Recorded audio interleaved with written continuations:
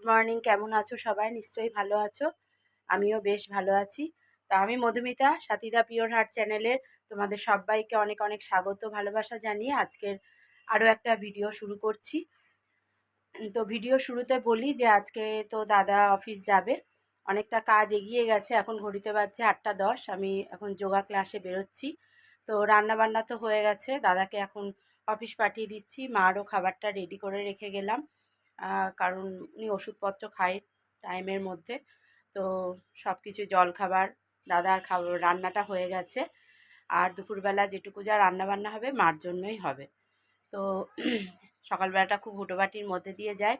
তো চলো আজকের দিনটা আমি এখন থেকে স্টার্ট করছি, আমার সাথে থেকো। আসলে আমার সকালটা শুরু হয় বাসি ঘরটা ঝ্যাঁট দিয়েই রান্নাঘর থেকে।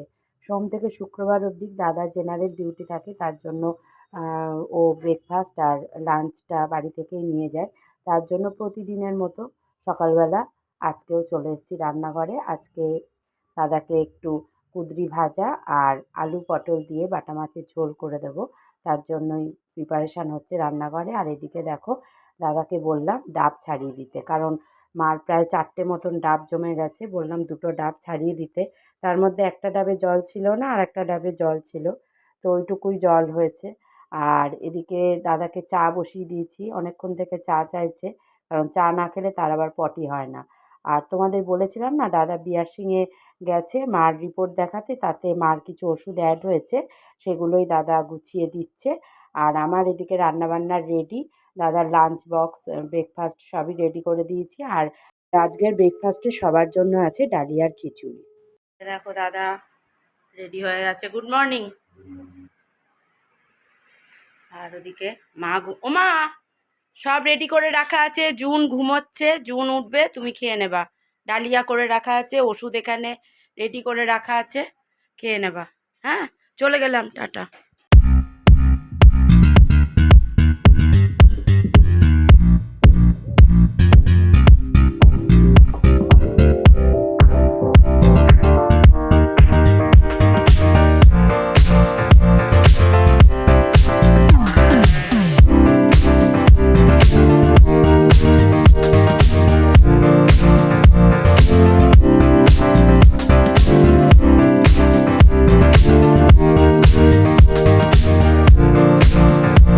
দেখো মাংস নিয়ে নিলাম একটু, বড় মেয়ে আসবে বাড়িতে, তার জন্য একটু খাসির মাংস নিয়ে নিলাম।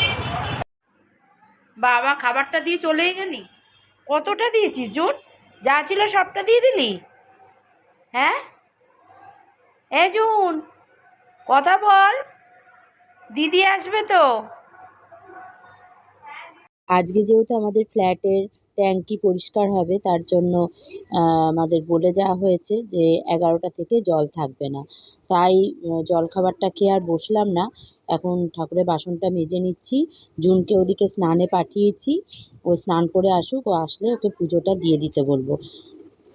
মা 15-20 দিন ধরে প্রায় সিদ্ধ সিদ্ধ তরকারি ভাত এসব খাচ্ছে, গলা গলা ভাত। তা গতকালকে আমাকে বলে রেখেছিল যে একটু পুঁই শাক চচ্চড়ি আর আম দিয়ে মটরের ডাল খাওয়ার ইচ্ছা হয়েছে, তো তার জন্য এগুলো করতে বসে পড়েছি। আর পুঁই শাকটা যদিও ফ্রিজে কুটে রাখা ছিল, তো এখন সবজিগুলো কেটে কুটে পুঁই শাকটা রান্না করে নেব, সাথে একটু টক ডাল বানাবো। লটে তোমাদের দাদাভাই প্রায় 800 মতন বেগুন এনেছিল, প্রত্যেকটা বেগুন পোকা। তো ওখান থেকেই বাছাই কাছাই করে কোনো রকম একটু পুঁই শাকের মধ্যে দিলাম। কাজের দিদি যতই থাক, সারাদিনে তো কম বাসন হয় না, সেগুলো সারাদিন ধরে কত যে মাজি। বাসনটা মাজতে মাজতে ভাবলাম যে মাকে তো ডাবের জলটা দেওয়া হয়নি, তো ডাবের জলটা মাকে এখন দিয়ে দিচ্ছি। আর মা বলছে যে জুনকে আর মুনকেও দাও। মুন যদিও নাইট ডিউটি করে বাড়ি চলে এসছে, মুনকে খাইয়ে দাইয়ে শুইয়ে দিয়েছি, সেটার ভিডিওর ক্লিপটা তোমাদেরকে তুলে ধরতে পারছি না, একদমই মনে ছিল না, প্রচণ্ড হুটোপাটির মধ্যে দিয়েছিলাম বলে তোমাদেরকে দেখাতে পারিনি। এখন চলে এলাম রান্নাঘরে। দেখতেই পাচ্ছ পাশের গ্যাসে কুকার বসানো আছে, ওটাতে মটর ডাল সিদ্ধ হয়ে গেছে। আর পাশের গ্যাসে বসিয়ে দিচ্ছি কড়াইটা, পাঁচফোড়ন ফোড়ন দিয়ে পুঁই শাকটা চাপিয়ে দিলাম। পুঁই শাকটা হতে থাক, আর ততক্ষণে আমি কিছু এক্সট্রা কাজ আছে সেগুলো সারবো। আর এদিকে দেখতে পাচ্ছ কতগুলো জামা কাপড়, এখন এগুলোকে ভাঁজ করে নেব, নিয়ে আনলাই রাখবো।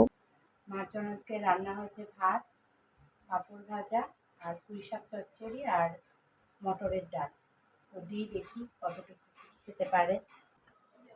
ঠান্ডা ঠান্ডা দিতে বলেছে তোমার ছেলে, ওই জন্য ভাত আমি গরম করলাম।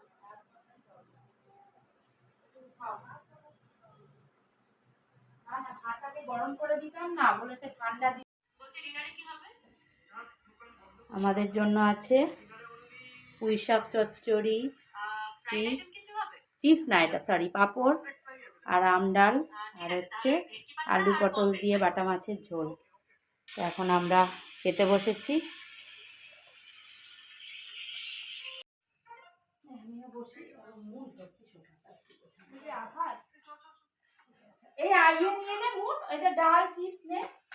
দুপুরবেলা খাওয়া দাওয়ার পরে একটা টানা ঘুম দিয়ে এখন এসছি ঠাকুর ঘরে সন্ধে দিতে। তুলসী তলায় প্রদীপ ধরাতে গিয়ে দেখছি গাছগুলো শুকিয়ে কাঠ। এখন গাছে একটু জল দিতে হবে, যেদিকটাই তাকাবো সেদিকেই শুধু কাজ আর কাজ, আর ভালো লাগে না গো। আর এই যে দাদা এখন অফিস থেকে বাড়ি ঢুকলো। আর বমি পাচ্ছে, আজকে শরীরটা ভাল লাগছে না। চুলগুলো এরম হয়ে গেছে কেন? চুলটা বেঁধে দিতে হবে। কই মুরগি খাবে আজকে নাকি একটুখানি চিড়ে ভেজে দেবো?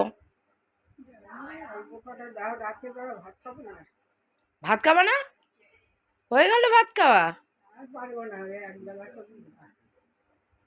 এখন মাকে একটু চুল বেঁধে দিচ্ছি, তো মুনকে ডাকছে মা, আর কি নাতনির সঙ্গে কথাবার্তা বলা হচ্ছে। একা থাকে তো ওনারও তো চিন্তা হয়, কিছু করতে পারে না ঠিকই, কিন্তু সবার প্রতি চিন্তা ভাবনাটা আছে। বড় মেয়ে এসছে, কালকে 2:10 ডিউটি আছে, সকালবেলা 10টায় বেরিয়ে যাবে। তো ওই জন্য মাংসটা রাত্রিরেই করে খাওয়াচ্ছি। যে খাসির মাংস ম্যারিনেট করে রাখলাম, এর মধ্যে দই আছে, নুন, হলুদ, কাঁচা তেল, সর্ষের তেল আর কি, জিরের গুঁড়ো, অল্প একটু ধনের গুঁড়ো, টমেটো আর আদা রসুন আর হচ্ছে পেঁয়াজ বাটা সব দিয়ে পেস্ট করে রেখেছি। আর এখানে ভাত হচ্ছে, এখন মাংসটা বসিয়ে দেবো। আর শর্ট প্রসেসে রান্না করছি আজকে। আর পেঁয়াজ একটু কম আছে ঘরে, তো ওর জন্য পেঁয়াজটা পেস্ট করে একেবারে ম্যারিনেশানে দিয়ে দিয়েছি, এটাই ডাইরেক্ট কড়াইতে দিয়ে দেবো।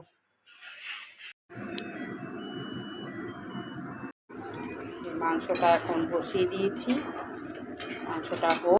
মা রাতের বেলা সুজি খাবে বললো, তাই মাকে একটু সুজি করে দিচ্ছি। আর এদিকে দেখো মাংস রেডি, ভাতও নামিয়ে দিয়েছি। আর ওবেলার দেখো একটু বাটা মাছ পড়ে আছে, এটা আমি খাবো। সাথে আছে একটু চচ্চড়ি আর সামান্য একটু আম ডাল।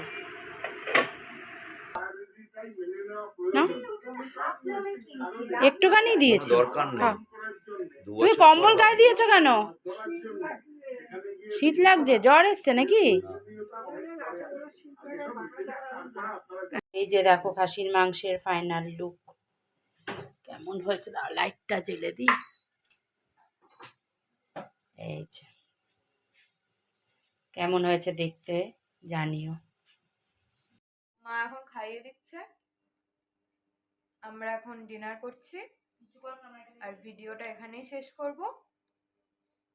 যদি ভিডিওটা ভালো লেগে থাকে তো তোমাদেরকে লাইক কমেন্ট করতে হবে। ঠিক।